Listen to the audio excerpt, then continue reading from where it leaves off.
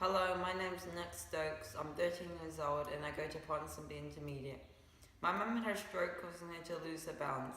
This made me think if a human can balance, how hard would it be to make a robot that could balance? Then I start thinking about a design for a self-balancing robot. Is it going to be one-wheeled, two-wheeled, or even a BB-8? If it was a one-wheeled robot, it would just fall over sideways. The cost of a baseball for a BB-8 is $500. After planning the design of the robot, I decided to be a two-wheel robot that would use a gyroscope for its sensing.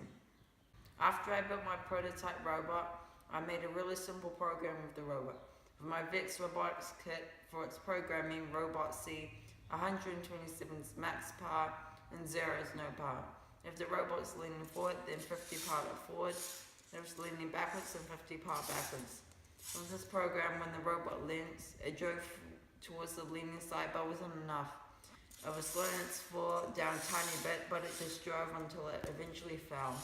Then I decided to change the 50 power to 100 power. Then the robot overcorrected. It corrected itself the first time, but then it corrected with way too much power and the robot flung onto the other side and fell over. No matter how much tuning I did, it was always too much or too little. I then tried a new idea I came up with. What if the motor power is based on the amount the gyroscope reading is? I tried motor power equals gyroscope reading. Then I tested the power and it was way too much. Then I halved the power and made it motor power equals gyroscope reading times 0.5. It was too little. I kept on tuning until I came with the variable that was 0.75.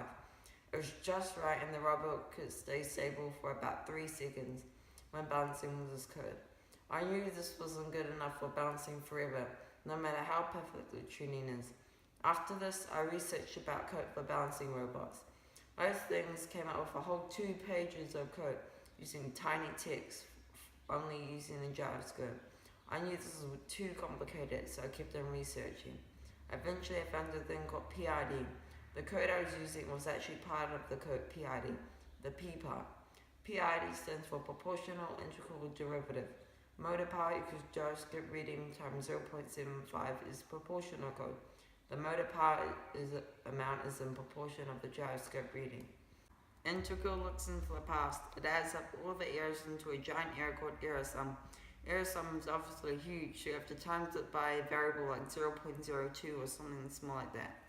So in this, error sum equals error plus error sum. That keeps on adding up the errors, making error sum. Motor power equals error sum times ki. K equals 0.02. So the error sum is times by 0.02 because that's what equals ki. So on this, it's a second loop and past error equals present error. So the gyroscope reading is 30 at the moment and was on the last loop. And 30 plus 30 equals 60. And 60 times 0.02 equals 1.1. And that's the motor power, and you add it on to proportional and derivative as well. This is very small, but there's like 50 loops per second, so this will add up very, very quickly and it'll make quite a big difference after a small amount of time. Derivative looks into the future. This code looks at the rate of change. The code for this is current gyroscope value minus past gyroscope value. With the code, it predicts what position the robot's going to be in and adds motor power according to that. Derivative reduces overcorrection, and if the robot tips a lot, then derivative helps correct that a lot. So derivative equals error minus previous error. Previous error equals error, so that saves the past error, and you can use it. Motor power equals derivative times kd. Kd is your variable and 0.4 in this case. So the past error is 0 and this is the second loop. So 30 minus 0 equals 30. 30 times 0.4 equals 12. And you add this on to your motor power with proportional and integral. Throughout my whole science project, I've run into many challenges. First of all, the gyroscope my robot uses drifts quite a lot.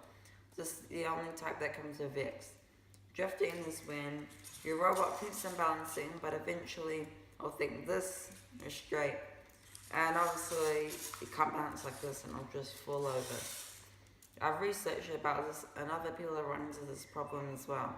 Most people say that it's just because of vibrations, so I put foam padding between the gyroscope, the screw and the nut to reduce vibrations.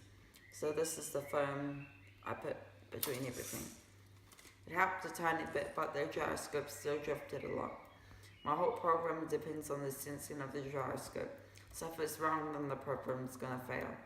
Second of all, most homemade self-balancing robots are made with Arduino, and its processing speed is quite fast. VIX is slower, so VIX won't be able to react as fast or get as accurate readings. The last problem is tuning. It is very tricky.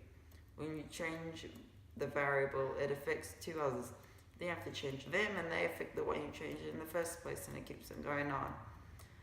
And when I changed my modes to high speed, I had to tune my robot all over again.